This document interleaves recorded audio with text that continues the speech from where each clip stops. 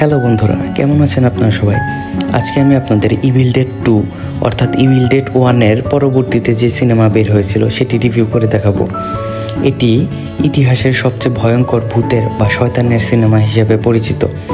এই সিনেমাটি 1988 সালে রিলিজ পেয়েছিল এবং এই সিনেমাগুলোর মাধ্যমেই হলিউডে ভূতের বা হরর সিনেমার যাত্রাকাল শুরু হয়েছিল। তো যাই হোক বন্ধুরা, কথা না বাড়িয়ে আমরা সিনেমায় চলে আসি। সিনেমার শুরুতেই আমরা একটি বই দেখতে পাই, আর এই বইটি হচ্ছে আত্মাদের বই। এই বইয়ের মাধ্যমেই আত্মারা পরকাল থেকে এই যুগে চলে আসতে পারে। মোটামুটি বলতে পারেন এই দুনিয়ার আসার রাস্তাই ছিল এই বইটি। এই বইটি তখন লেখা হয়েছিল যখন সমুদ্রের পানি সব লাল হয়ে গিয়েছিল, অর্থাৎ রক্ত ছিল। আর এই বইটি 1380 সালে হারিয়ে গিয়েছিল। তারপর থেকে এই বইটিকে আর খুঁজে পাওয়া যায়নি। এরপর আমরা অ্যাশকে দেখতে পাই যে ছুটি কাটানোর জন্য তার গার্লফ্রেন্ডকে নিয়ে জঙ্গলের ভিতরে একটি কটেজের দিকে রওনা হয়েছে। আর এই কটেজটি ছিল শহর থেকে অনেক দূরে একটি জঙ্গলের ভিতর এবং একটি বিচ্ছিন্ন স্থানে। যাই হোক, তারা একটি ব্রিজের মাধ্যমে সেই কটেজে পৌঁছায়। কটেজে গিয়ে তারা হাসি খুশিতে সময় কাটাতে থাকে। এরপর এক সময় অ্যাশ তাদের জন্য ড্রিঙ্কস আনতে যায় এবং সেখানে গিয়ে সে একটি টেপ রেকর্ডার দেখতে পায়। আর তারপর সেই টেপ রেকর্ডারটি চালু করে দেয়, আর সেখানে একটি পুরুষ মানুষের কণ্ঠ শুনতে পায়। সেখান থেকে জানা যায় পুরুষ মানুষটি ছিল পুরাতত্ত্বের একজন প্রফেসর, আর সে মাটির নিচে কাজ করার সময় একটি আজব ধরনের বই দেখতে পেয়েছিল। আর গবেষণা করার জন্য সে বইটি কটেজে নিয়ে আসে এবং গবেষণা করে জানতে পারে এই বইতে এমন কিছু মন্ত্র রয়েছে যা দিয়ে অশরীরী আত্মাদের মুক্তি দেওয়া যায়। আর সেই মন্ত্রগুলো টেপ রেকর্ডারে রেকর্ডও করে রাখে। যাই হোক, অ্যাশ টেবিলের উপর বইটি দেখতে পায় যা আত্মাদের বই ছিল, প্রফেসর যে বইটির কথা বলেছে আর কি। তখন দেখি আমরা টেপ রেকর্ডারটির মুক্তির মন্ত্রগুলো বাজতে থাকে। তখনই দেখা যায় এক অশরীরী আত্মা কটেজের দিকে এগিয়ে আসছে, আর আত্মা কটেজের জানালার কাঁচ ভেঙে ফেলে। আর আমরা বুঝতে পারি এখানে কোনো একটি অশুভ আত্মা চলে এসেছে। যাই হোক, জানালার কাঁচ ভাঙার শব্দে অ্যাশ তার গার্লফ্রেন্ডের রুমে চলে যায়, কিন্তু তার গার্লফ্রেন্ড রুমে যেয়ে দেখতে পায় সেখানে তার গার্লফ্রেন্ড নেই। তখন অ্যাশ খুব ঘাবড়ে যায় এবং তার গার্লফ্রেন্ডকে খোঁজার জন্য কটেজের বাইরে চলে আসে। কটেজের বাইরে আসার পর অ্যাশ দেখতে পায় তার গার্লফ্রেন্ডকে অলরেডি কোনো একটি অশুভ আত্মা নিজের দখলে নিয়েছে এবং তার গার্লফ্রেন্ড একটা শয়তানে পরিণত হয়ে গিয়েছে। এবং তার গার্লফ্রেন্ড শয়তান হওয়ার জন্য অ্যাশের উপরে আক্রমণ করে দেয় এবং অ্যাশ নিজেকে বাঁচানোর জন্য একটা বেলচা দিয়ে তার গার্লফ্রেন্ডের উপর আঘাত করে, যার ফলে তার গার্লফ্রেন্ড রূপী শয়তানের মাথাটি তার শরীর থেকে আলাদা হয়ে যায়। এরপর অ্যাশ তার গার্লফ্রেন্ড রূপী শয়তানের শরীরটিকে মাটিতে দাফন করে দেয় এবং সেখান থেকে চলে আসার সময় সে তার গার্লফ্রেন্ডের লকেটটি দেখতে পায় এবং তার মনে পড়ে যায় একটা সময় সে তার গার্লফ্রেন্ডকে ভালোবেসে এটি দিয়েছিল।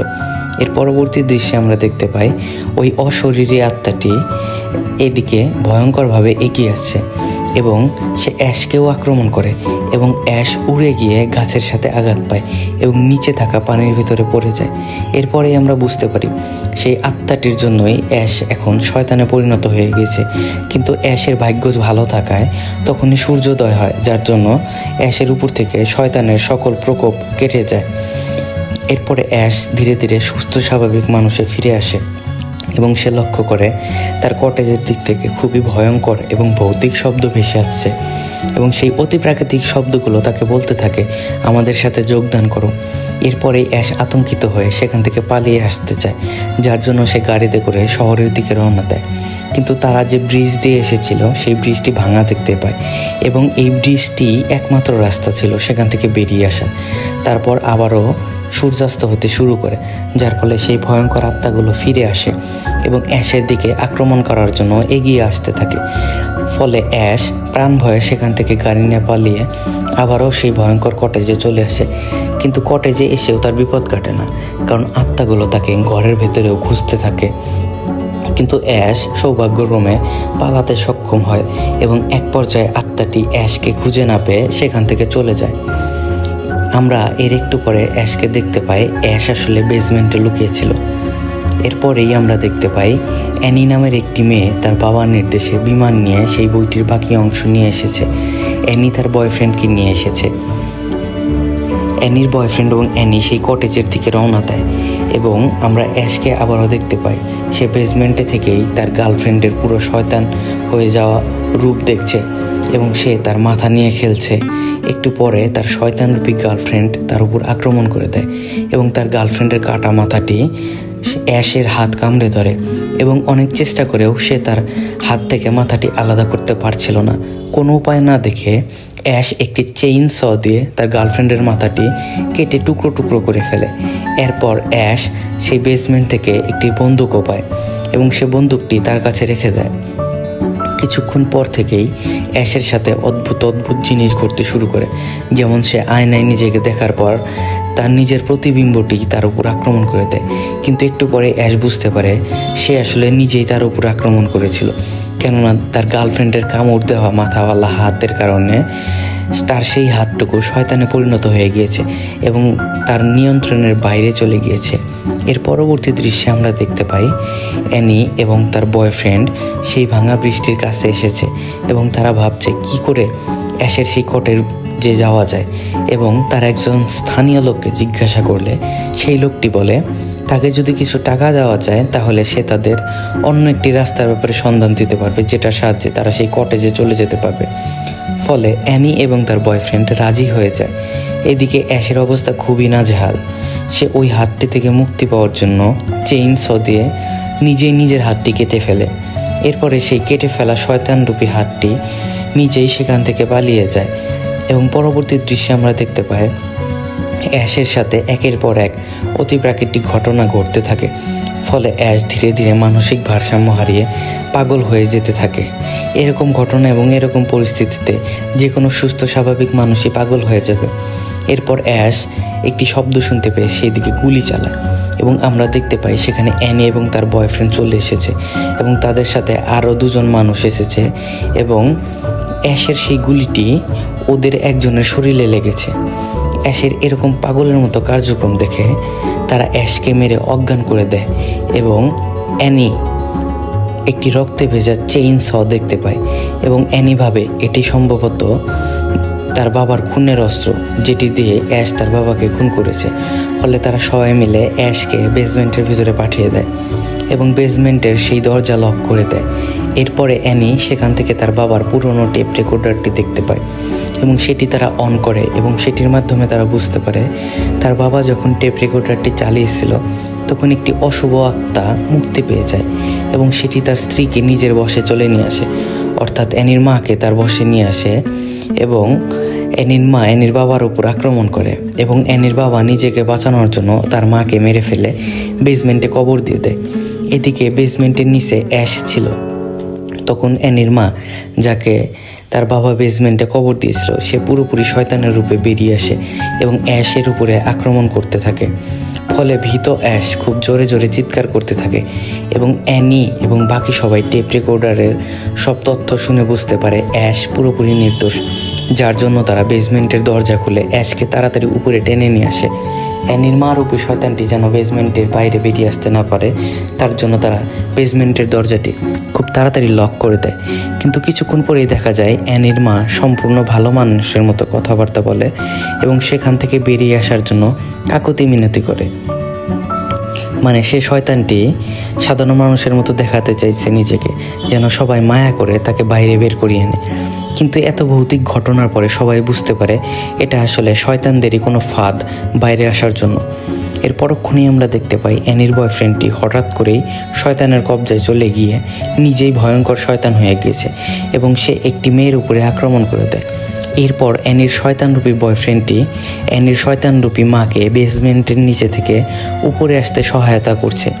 এরপর অ্যাশ একটি কুড়াল নিয়ে অ্যানির বয়ফ্রেন্ডকে কেটে টুকরো টুকরো করে ফেলে এবং সবাই খুব ভয় পেয়ে যায় যে তাদের সাথে আসলে কি ঘটতে যাচ্ছে। এরপরেই তারা তাদের পাশের রুম থেকে অদ্ভুত শব্দ শুনতে পায় এবং সেখানে যেয়ে তারা দেখতে পায় অ্যানির বাবার আত্মা সেই ঘরটির ভিতরে আটকা পড়ে আছে এবং সেই আত্মাটি সবাইকে জানায় এখান থেকে মুক্তির একমাত্র উপায় হলো সেই বইয়ে থাকা মন্ত্রগুলো পাঠ করা, যেগুলো অ্যানি নিজের সাথে করে নিয়ে এসেছে বইয়ের অপর অংশে। হঠাৎ করেই তাদের সাথে যে মেয়েটি ছিল সে অন্য একটি ছেলেকে বলে, আমার হাতটি একটু আস্তে করে ধরো, আমার ব্যথা লাগছে। কিন্তু পাশে থাকা লোকটি বলে, কই, আমি তো তোমার হাতই ধরিনি। তখন তারা দেখতে পায় অ্যাশের সেই কাটা হাতটি ওই মেয়েটির হাত খুব শক্ত করে ধরে আছে। এসব দেখে সেই মেয়েটি খুবই ভয় পেয়ে যায় এবং নিজেকে বাঁচানোর জন্য ঘর থেকে বেরিয়ে জঙ্গলের ভিতর দৌড়াতে শুরু করে, যেটি ছিল তার ভুল পদক্ষেপ।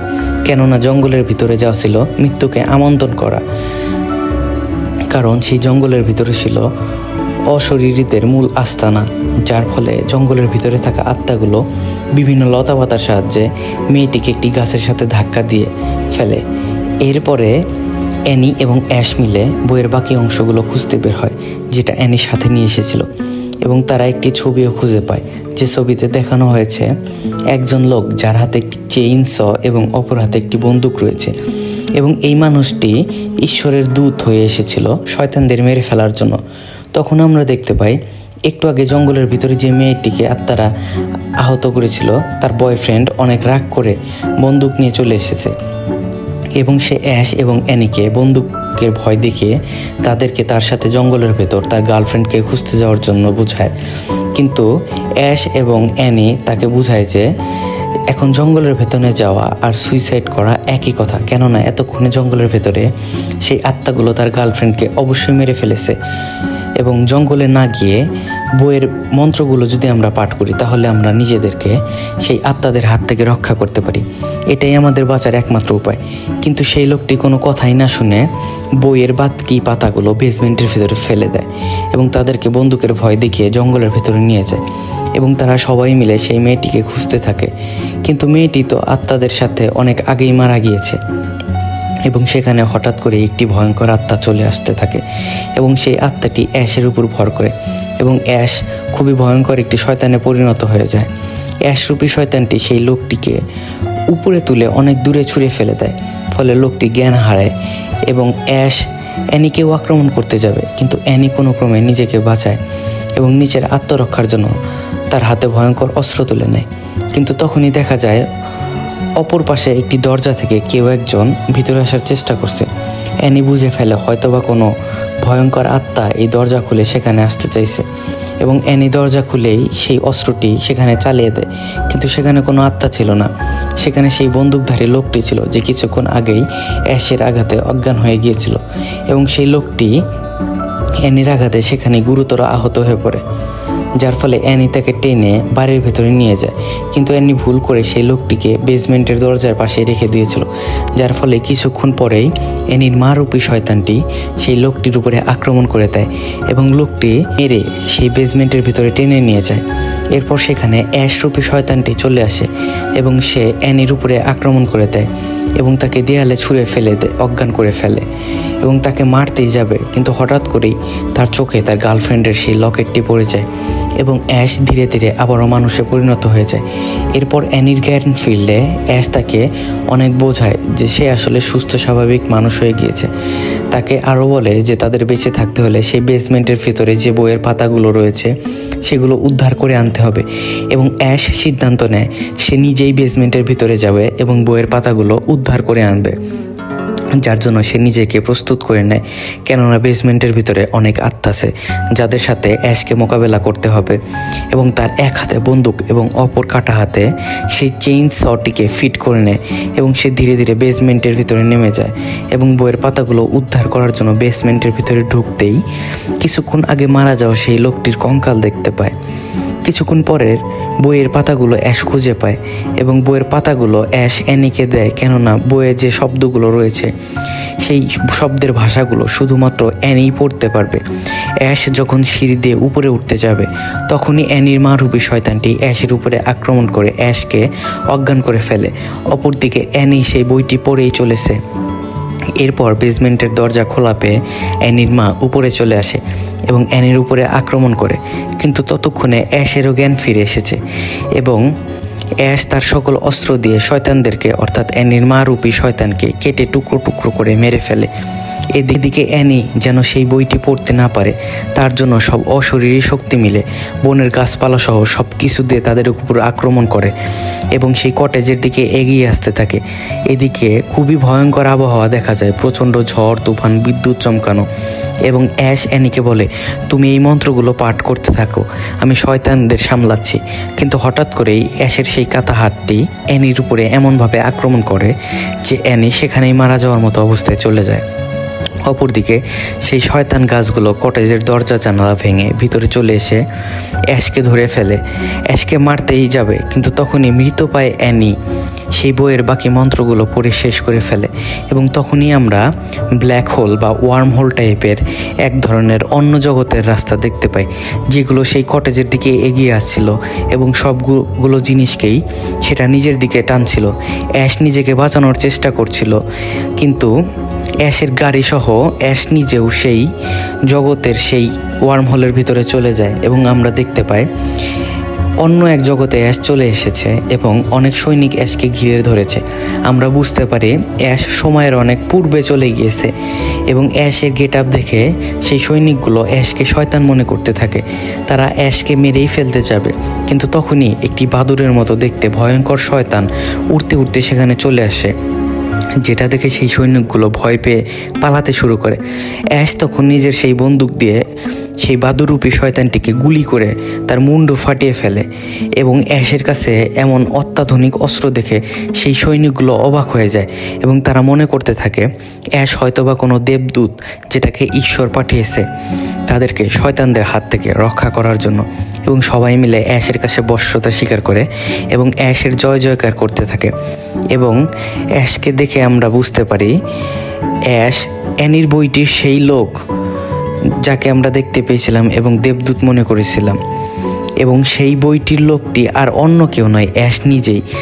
এবং সে নিজেই টাইম ট্রাভেল করে সময়ের অনেক আগে চলে এসেছে যখন সেই বইটি লেখা হয়েছিল। এবং এর মাধ্যমে আজকের এই মুভিটি শেষ হয়ে যায়। এবং এই মুভিটির পরবর্তী অংশ আমি একটি ভিডিওতে আপলোড করব এবং আপনারা যদি সেটাতে ইন্টারেস্টেড হয়ে থাকেন তাহলে কমেন্ট করে জানাবেন। এবং আজকের এই আলোচনা আপনাদের কেমন লাগলো সেটিও আপনারা কমেন্ট করে জানাবেন। আর বন্ধুরা, আমার এটি নতুন চ্যানেল, তো সবাই দয়া করে সাবস্ক্রাইব করে পাশেই থাকবেন এবং সবাই খুব ভালো থাকবেন। খুব শীঘ্রই আপনাদেরকে আরও নতুন নতুন মুভি উপহার দিতে আসব। ধন্যবাদ সবাইকে।